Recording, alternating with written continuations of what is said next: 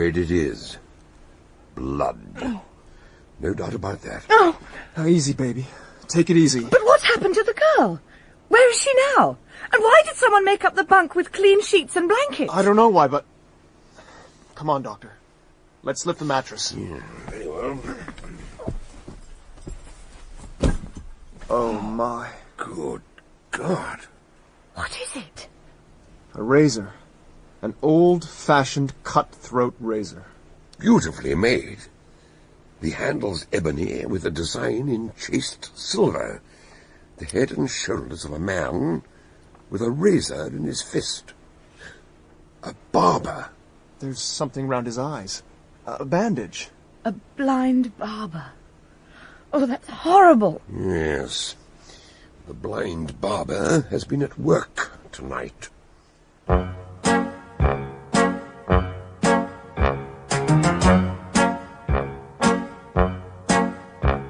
We present The Blind Barber, a Dr. Fell mystery by John Dickson Carr, dramatized for radio by Peter Ling, with Donald Sinden as Dr. Fell.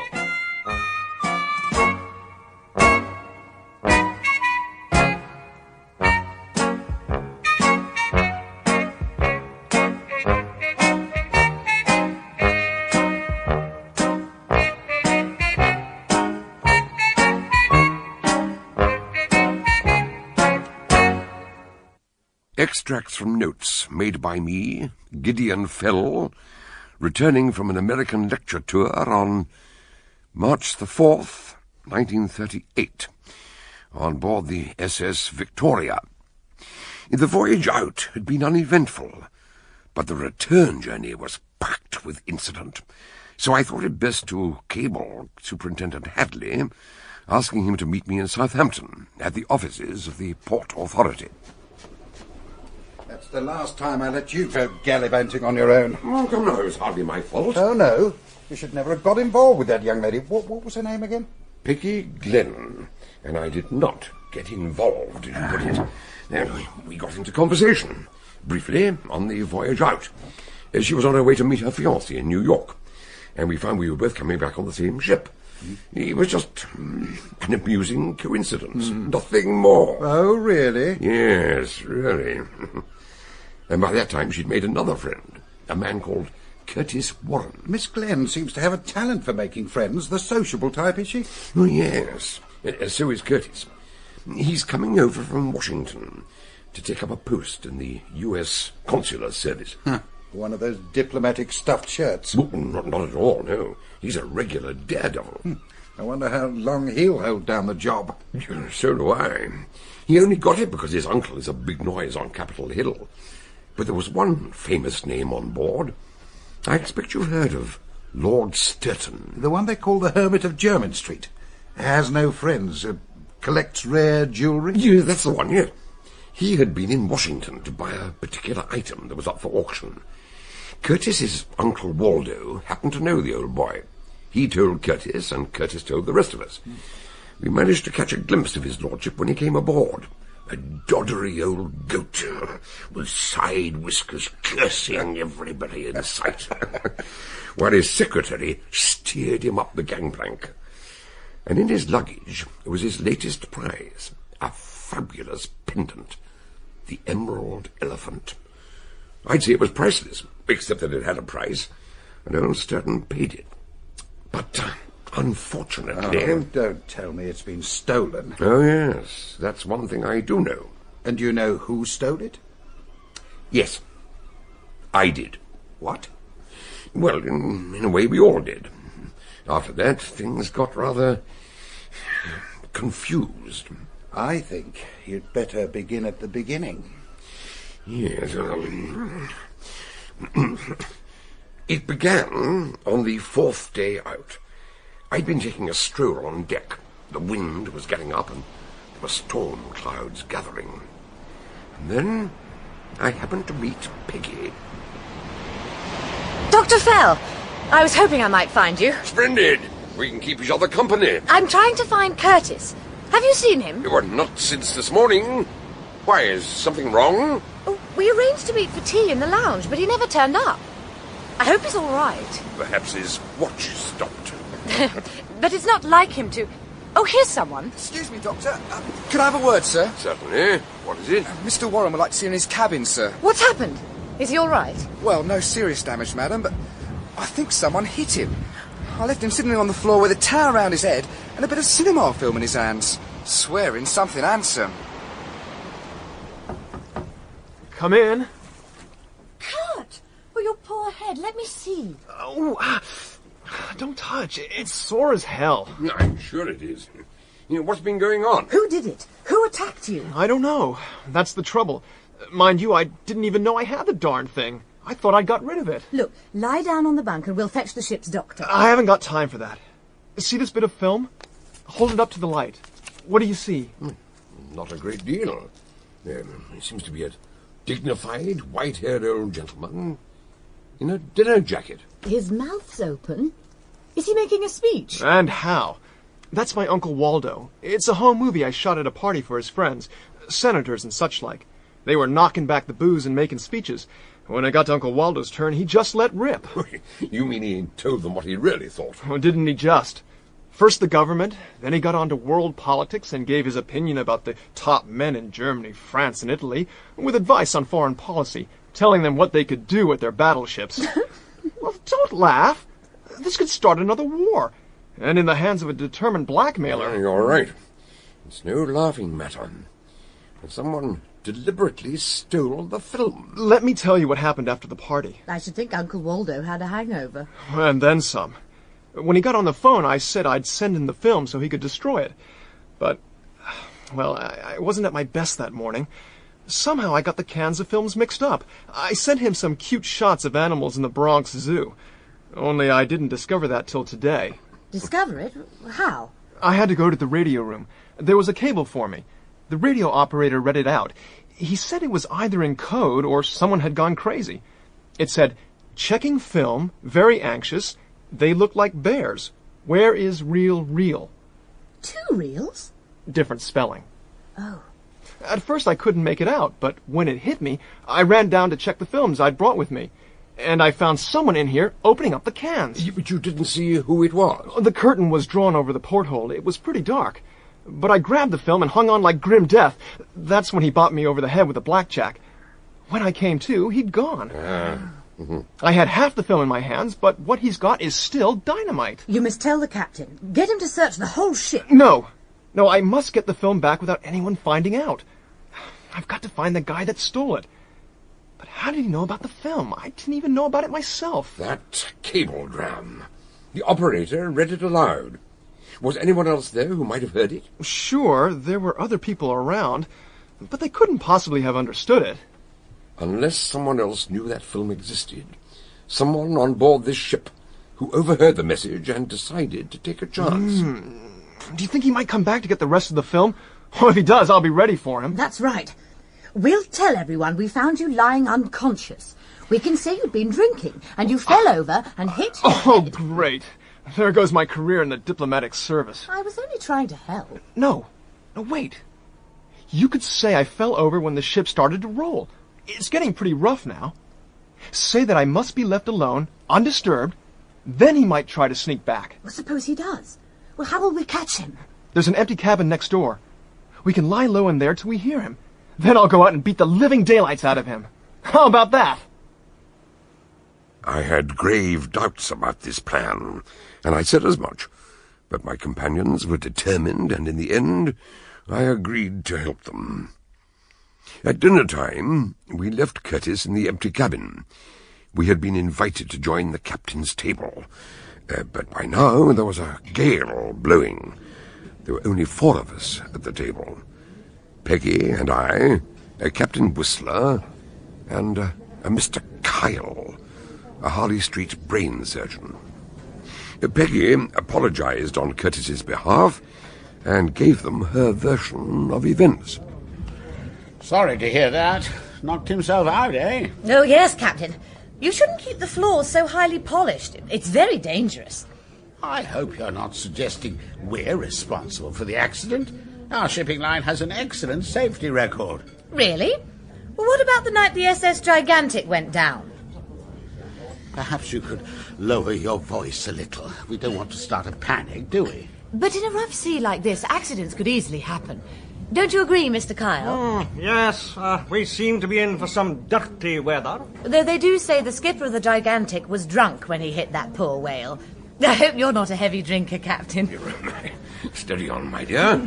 No, Miss Glenn, I'm most certainly not. Oh, good. It's just that you seem a bit jumpy. Jumpy? I expect you're anxious about Lord Sturton and his emerald elephant, and I don't blame you. After all, if there were a jewel thief on board planning to steal it, as the man in charge, I suppose you'd be held responsible. Yeah, we're not discussing my problems. We were talking about Mr. Warren. Were you there when the accident happened, Dr. Fell? No, but I saw him soon afterwards, and he did have a nasty lump on the back of his head. I trust it didn't do any serious damage. What do you think, Mr. Carr? You're a specialist in... I'm a surgeon, not a physician. But from all I've heard, it sounds to me like a mild case of Legensis pullibus. Oh, dear. I dare say he'll soon recover. Well, I certainly hope so. And now I must leave you. If you'll excuse me. Duty call. Yes, of course, Captain. A word of advice. You shouldn't tease the captain. I don't think he appreciates it. I did try to warn you. And by sheer chance, you touched him on the raw. It seems there really is a criminal on board. Really? What makes you think so? The captain told me before you joined us he'd just received a cable. It mentioned a suspect responsible for the Stelly job in Washington and the McGee killing. The FBI believe he's traveling under an alias, and they advised him to keep an eye on possible suspects. Because of Sturton's priceless emerald? The captain offered to keep it in his safe, but the old boy's famously eccentric and stubborn as a mule. However, I think the captain's trying to persuade him to change his mind. Doctor, don't you think we'd better go and tell Kurt... I mean, make sure he's all right? Oh, yes, perhaps we should. I don't know anything about the McGee killing, but I heard about the Stelly affair because the British Embassy was involved. Oh, well, tell me. Stelly was a well-known British jeweller, first-class chap, designed necklaces for royalty. He was staying in Washington, and the British ambassador asked him to reset a necklace for his wife. He was found, some hours later, propped up against a lamppost, with the back of his head smashed in, and no sign of the necklace. So Curtis got off lightly. Just a nasty headache. But he wasn't attacked by a jewel thief. Your blackmailer only wanted a reel of film. Well, so we thought. But when Peggy and I rejoined Curtis in the cabin, he disagreed. I bet this guy came across my film by accident. He was probably looking for valuables. But you haven't got any jewellery. For all he knew, I could have had a pair of platinum cufflinks. Wait till I get my hands on him. Don't be silly. The man's dangerous. I thought I heard. What? The door to your cabin. It opened, but I didn't hear it shut. What was that? Sounds like a girl. I thought she said... What? I know it's crazy, but it sounded like she was calling me. Come on. There, lying in the doorway of my cabin. Warren. Mr. Curtis. Warren. She's passed out. Who is she? How do I know? She looks like she could be Greek, like the profile on an old Greek coin. Yes, it's the same method. A blow to the back of the head. You don't mean she's... Oh, no, it's just a slight concussion, I think. Give me a hand, Doc. Let's get her into the empty cabin. Right. 1, 2, 3, hop! She's quite awake. That's better. I've made her as comfortable as I can, but she's still bleeding a little. Kurt, you must fetch the ship's doctor. But why was she trying to get into my cabin? Are you quite sure you don't know her? Certain. Except I've got a feeling I've seen her before somewhere. But I can't remember. And that was your cabin door shut. Damn, he's come back.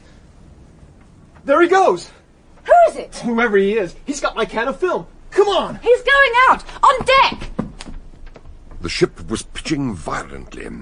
Trying to give chase down that lurching, tilting passageway was like being a ball on a pin table. We followed him outside into another world. A world of darkness, gale-force winds and crashing waves. I tried to warn the others. Be careful! Hang on to the rail! But the wind tore my words away. For a moment I was blinded by stinging spray. But then I saw the outline of a man. Curtis saw him too. I'll get you this time!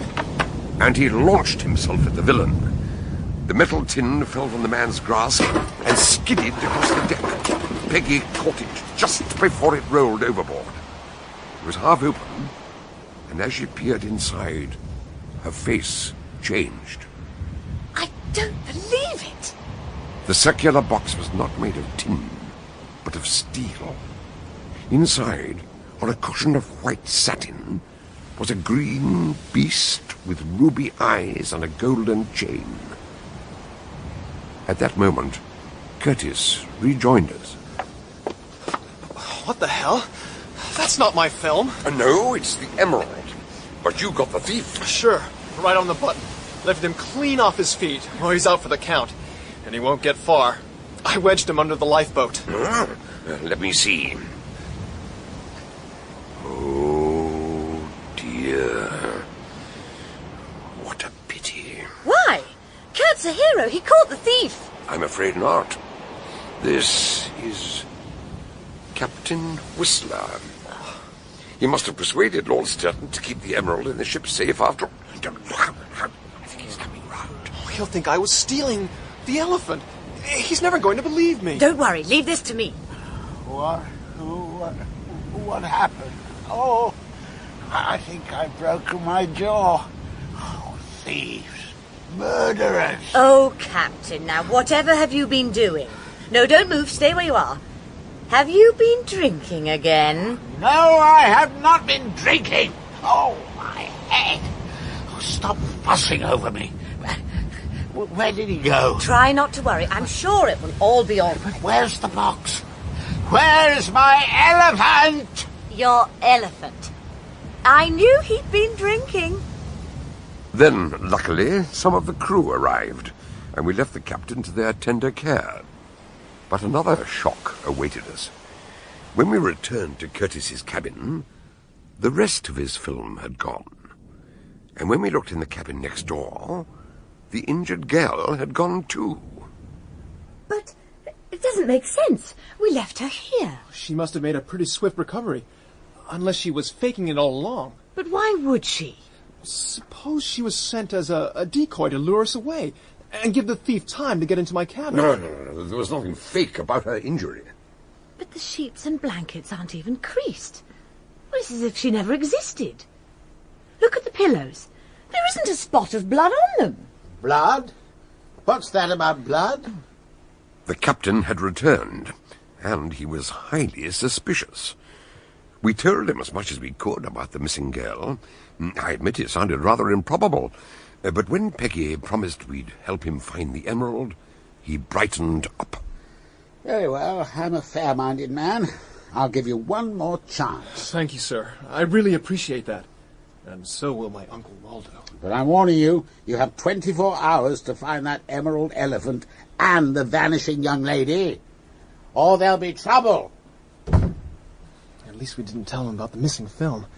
Now all we got to do is find it. And the elephant. Oh, but that won't take long. Ah, yes. Where did you hide the jewel box? Oh, that was easy. As soon as the captain started to come round, I posted it inside the nearest open porthole. In someone's cabin? Wasn't that a little risky? No. When we find the number of the cabin, we just... You mean you don't know the number? Don't be silly. They don't have the numbers on the outside. But it must have been either 405 or 406. Unless it was 407. Or 408. My cabin's 407, and this is 408. Well, then it's either 405 or 406. Tomorrow we'll check the passenger list to see who's in those cabins. And then we'll look for the missing girl. She can't have gone far. I hope you're right. Are you thinking what I'm thinking? What do you mean? You're wondering why someone went to so much trouble to change the sheets and blankets.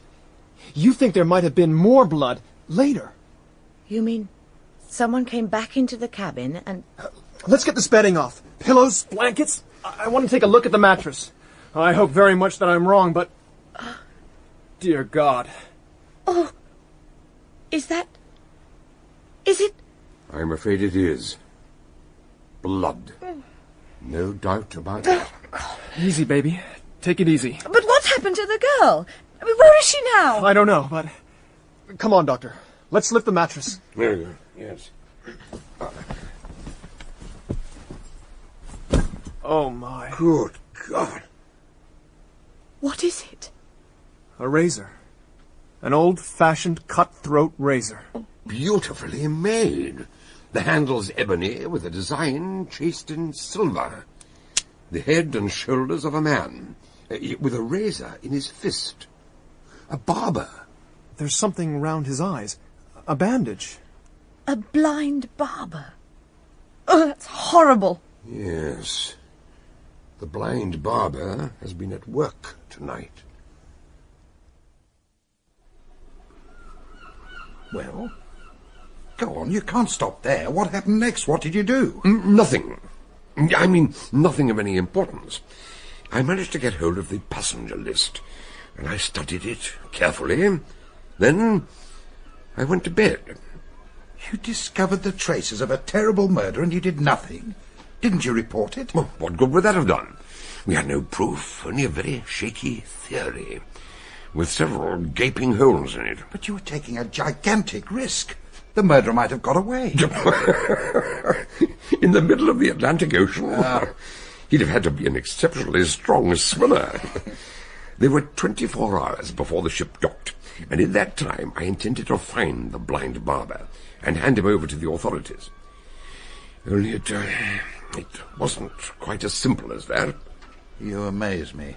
Well, besides, once the story got out, it would have swept through the ship like wildfire, starting a panic among the passengers and putting the barber on his guard.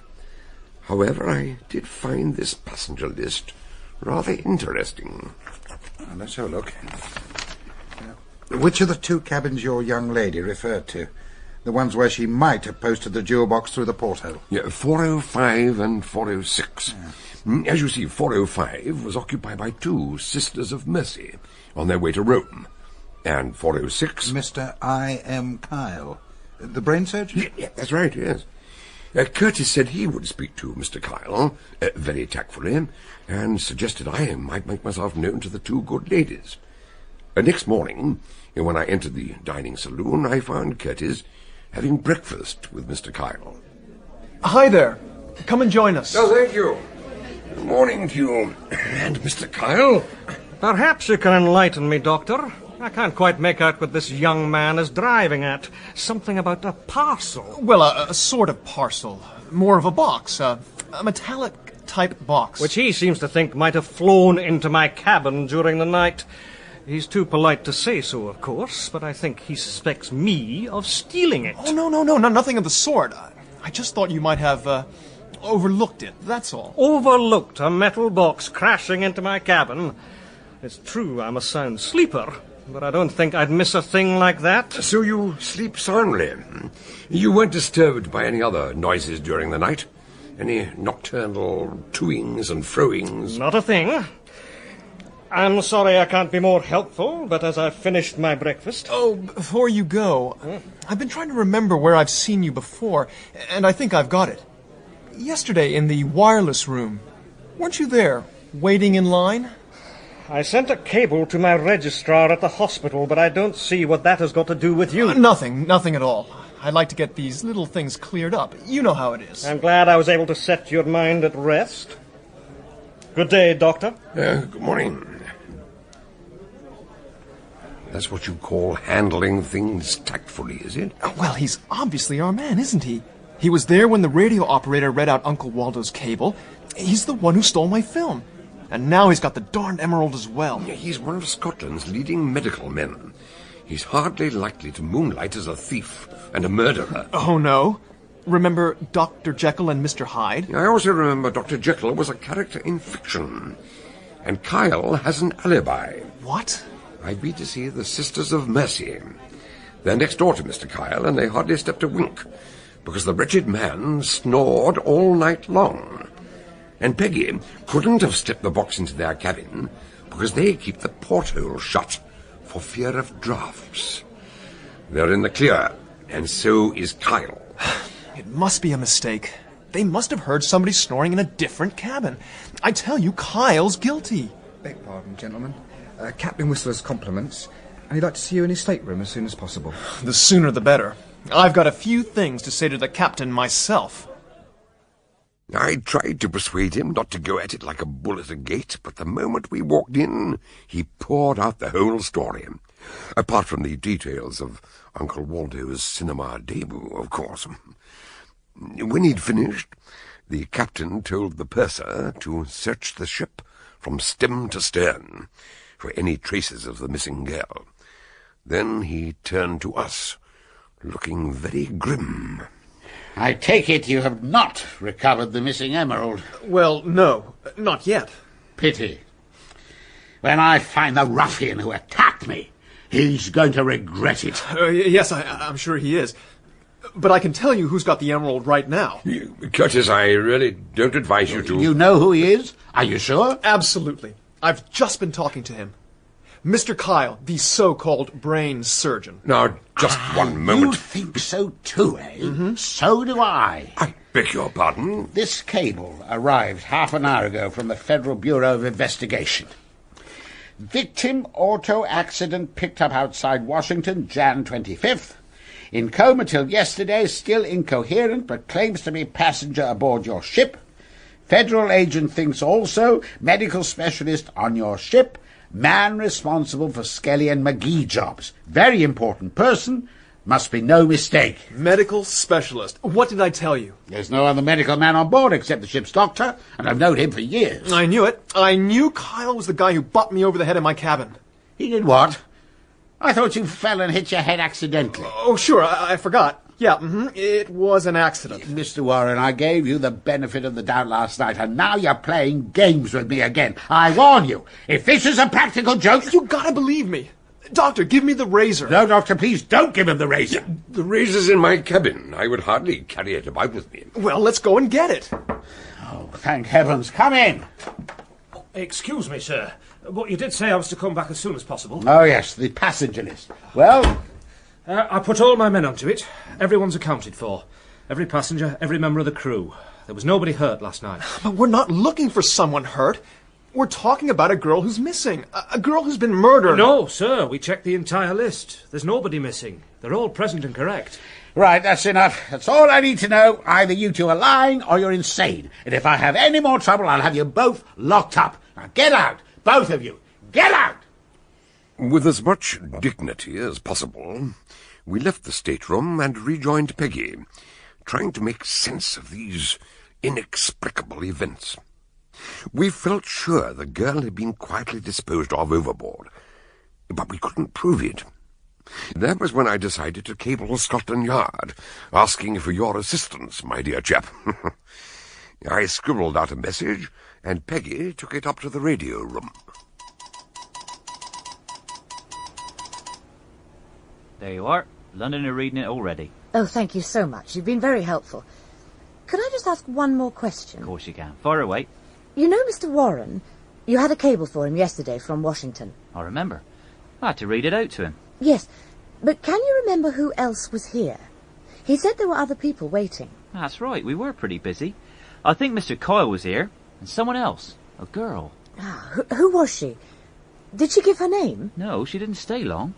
I think she wanted to send a message, because she had her hands full of papers, but she must have changed her mind, because next time I looked around, she'd gone. I went back to try and persuade the captain we were neither mad nor mischievous. I even took the razor with me, but it seemed that he'd already changed his mind. Yes, I dare say you're right. So you agree that this stain upon the blade is... Just put it away, will you? Perhaps I was a little hasty. As it happens, I've been presented with some new evidence. Evidence? One of the deckhands discovered something hidden inside a cupboard on the games deck, where they keep the quoits and shuffleboard and so on. What did he discover? A bundle of sheets, blankets, pillows, all heavily stained with blood. So I'm inclined to believe the story you told me. What do you propose to do about it? I think perhaps we should join forces to try to solve these problems. First of all, you must come with me to see Lord Sturton, who's threatening to sue me for the loss of that damned elephant. I want you as a witness to explain that I was the victim of a ruthless attack by an unknown assailant. And once that's sorted out, we can try to find the missing passenger who isn't missing. I didn't care for the captain's order of priorities, but I had no wish to antagonize him any further. When we entered Lord Sturton's suite, we heard him in his secretary's room dictating a letter. Solicitors. Oh, dash it. I know it's King's Bench Walk, but what's the number? No, wait a moment. Must have it in here. Ah, Captain. This is an unexpected pleasure. Am I to understand that you found the missing emerald? Well, not exactly. I'm sure you appreciate that these things take time. But if you'll just be patient, I've no doubt we shall recover it eventually. Ha! In that case, I withdraw my remarks. Your arrival may be unexpected, but it is certainly not a pleasure. Now, let's be frank. You haven't found the emerald, and you've no hope of finding it. So why don't you say so? If you'll just allow me to explain... No, I will not. No intention of listening to any more rubbish. And that's what it is, rubbish. If that's all you have to say for yourself, you can go away and stop wasting my time. Yes, but your lordship, you remember I said I would produce a witness who can testify that I was not to blame in any way. Isn't that right, Doctor? No, yes, indeed. Yes, I can, certainly. No, just one moment. I've never seen this gentleman before. How can I be expected to accept his evidence? Huh? Allow me to introduce you. This is Dr. Gideon Fell, a renowned expert in the field of criminal investigation. Oh, I wouldn't say that. Exactly. Neither would I. However, you claim to have been a witness to the theft of the emerald? Certainly. And I can assure you the captain was not responsible. Of course he's responsible. Here's his signature on the receipt he gave me. And that'll be proof positive when the case comes to court. But Dr. Fell saw the man who attacked me. Oh. Are you prepared to identify the culprit? Well, no. It was very dark at the time. Yes, I thought as much. Never mind, Captain. I've enjoyed myself long enough. It's time to end this charade. Huh? I shall not be taking you to court. The joke's over. Joke? But the emerald elephant... He's safe and sound. Look, I have it here. There, you see? Good heavens. Well, may I ask how it was recovered? I neither know, nor do I care. Someone came in while I was out of the room. I found it on that table over there. Well, here's your receipt, Captain. I shall take care of my own valuables in future. Good day to you.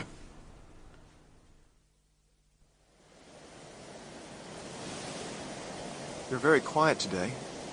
What's wrong? Oh, it's just... I keep thinking about that girl. Me too. But thinking isn't going to bring her back. No one will ever find her. Not now. Oh, that's a horrible thing to say. Almost as if you were glad that she's gone. Peggy! You know who she was, don't you? Of course not. What makes you think... You said you'd seen her before. And I heard her calling you. She knew your name. Look, I've had enough of this. We both know Kyle's the blind barber. I'm going to have it out with him. Right now. Wait, I'm coming with you. Mr. Kyle, I want to... Oh. He's not here. Wouldn't you know it? Just when I was going to clear this up once and for all. Shush! Look! Over there! Over where? The porthole's half open, and it's right above that cabin trunk. If I pop the jewel box in, it could have fallen behind the trunk. Here, let me help you. What did I tell you? Better make sure. Open it up. The emerald elephant. Give me that. Don't worry, nobody will ever know we took it. You think not? Oh. Captain, I can explain. So you were the thieves, after all. I should have known. But why did you have to steal the elephant twice? I finally managed to persuade the captain to let you take charge of the case, my dear chap. I told him that you would arrest the blind barber. I'm glad you have such confidence in me, but... Doctor, we've been sent to find you. Now, come in, both of you. Hadley, let me introduce Miss Glenn and Mr. Warren. How do you do? How do you do? How do you do? I've heard a lot about you. I bet. The local cops are on board, and the inspector would like to see you now. Ah, very well. By the way, Kurt, you'd better have this. My can of film. It was found in the murderer's cabin. I think it's all there. No doubt you'll dispose of it safely. Oh, I will. But you said the murderer. Who? Why, the impostor who claimed to be Lord Sturton. The only person who filled all the requirements for the blind barber. But the missing girl... His lordship's secretary, Hilda Cooper. We saw her come on board with him. But I never met her. How did she know my name? She was in the radio room, waiting to send some cables for her employer, when you... Of course! The radio operator said she had her hands full of papers. Yes, but she was still around. You heard her taking dictation after that girl was killed. I blame myself. We heard Sturton apparently dictating to her in the next room. But we didn't actually see her. Neither did the purser. By the way, Peggy, there's one small point that puzzles me.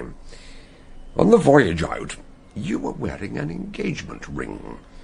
Now you're not. Why is that?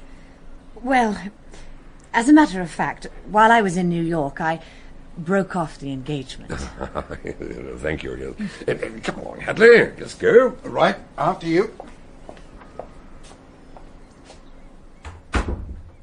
Kurt, I'm sorry if I was suspicious, but... I'm not sorry. I'm the happiest guy on earth. Inspector Jennings, Superintendent Hadley. How do you do, sir? Inspector. And this is... He won't give his name, sir. He says he wants to be called Nemo. Nemo? We've already met. Nemo, as in nobody. You're surprised at the change of voice, huh? Yeah, well, it's a relief to drop the limey accent. Now, Doctor, I've enjoyed myself long enough. It's time to end the charade. Yes, if you're willing to talk. Oh, he's talkative. The past half hour he's told me everything. I've got a notebook full. Yeah, but you'll never prove any of it. Ever since the night they dragged Sturton out of that pile-up in Washington, I've had all the luck. What do you mean? Oh, don't you see? I'm a dead ringer for Sturton. I fooled everyone. Yeah, everyone except you, Doctor. But you were the only possible suspect. For one thing, we knew somebody was impersonating a very important man. The cable said so. It also said he was posing as a medical man. No. The snag with cables is that there's no punctuation. Now, here's the message as we read it. Federal agent thinks also. Medical specialist on your ship. Man responsible for Skelly and McGee jobs. Now, put in a few commas, and you get another version. Federal agent thinks... also medical specialist, on your ship, man responsible for Skelly and McGee jobs. That's the specialist at the hospital where Lord Sturton was recovering. It struck me as a coincidence that Sturton was in Washington to buy the emerald, and I wondered if he might have heard rumours about a certain film made at a private party. Yeah, well, he didn't. I heard the story from one of the waiters. And when I stepped into his lordship's shoes, I thought... well, it might be kind of fun to get hold of the movie. With a view to blackmail? Yeah, maybe. Maybe not. I enjoy stirring up trouble. Which you certainly did. When part of the film was stolen, a mysterious girl appeared, trying to warn Curtis Warren. A girl who later vanished. Yeah, I hired her as my secretary. I was crazy about her. I hope she's rotting in hell. After you'd killed her, you remade the bed, in order to make it appear that my companions and I were lying. If she were found, she would be traced to you. You couldn't risk an investigation by the police. So I was looking for a man travelling with a female companion. A famous man who collected valuable toys, like the antique razor we found at the scene of the crime. It wasn't a toy. I cut her throat. That was the best thing. For her. And for me. Why? Wasn't she your accomplice? Yes, she could have been. When she told me about the curious cablegram she overheard in the radio room, I decided to let her in on my plan. Well, I couldn't keep up the pretense with her forever. I was going to say, "You're in this as deep as I am, so you'd better stick with me, kid. We'll work as a team." But the little bitch wouldn't play. She was too honest. Too honest to live. Quite so. That was your mistake. You thought she wouldn't be able to resist the easy money. And by that time, she knew too much. Yeah. I even told her how I'd made a copy of the emerald. I planned to show it to the customs men and offer them a small fortune in duty. And wait for them to say, "Sorry, your lordship, you've been had. This emerald is a fake." That would have been a big joke at my expense. And I'd scream and cuss and give them a handsome tip to keep their mouths shut. Then walk through without paying a penny. Yeah. But it all went wrong. Thanks to those goddamn interfering kids. It all went wrong. So when the copy got lost, you had to produce the real emerald, pretending it had been mysteriously returned, and you acted out of character for the first time. You said you didn't know or care how it had been recovered. Lord Sturton would never have said that. You think not? Yeah. Well, it's too late now. You want to arrest me anyway. Because I'm a ghost. You're what? You remember that medicine I took half an hour ago, Inspector, for my weak heart? Eh? It's something I keep by me for emergencies. But now my heart will never trouble me again. You're talking to a ghost. Maybe the blind barber will come back some night with his razor for a surprise visit. Yes.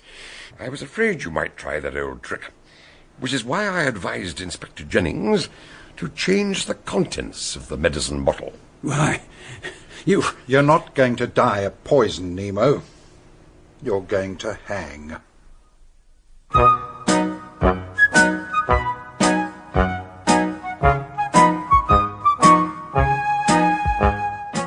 In The Blind Barber by John Dickson Carr, Dr. Gideon Fell was played by Donald Sinden, and Superintendent Hadley by John Hartley.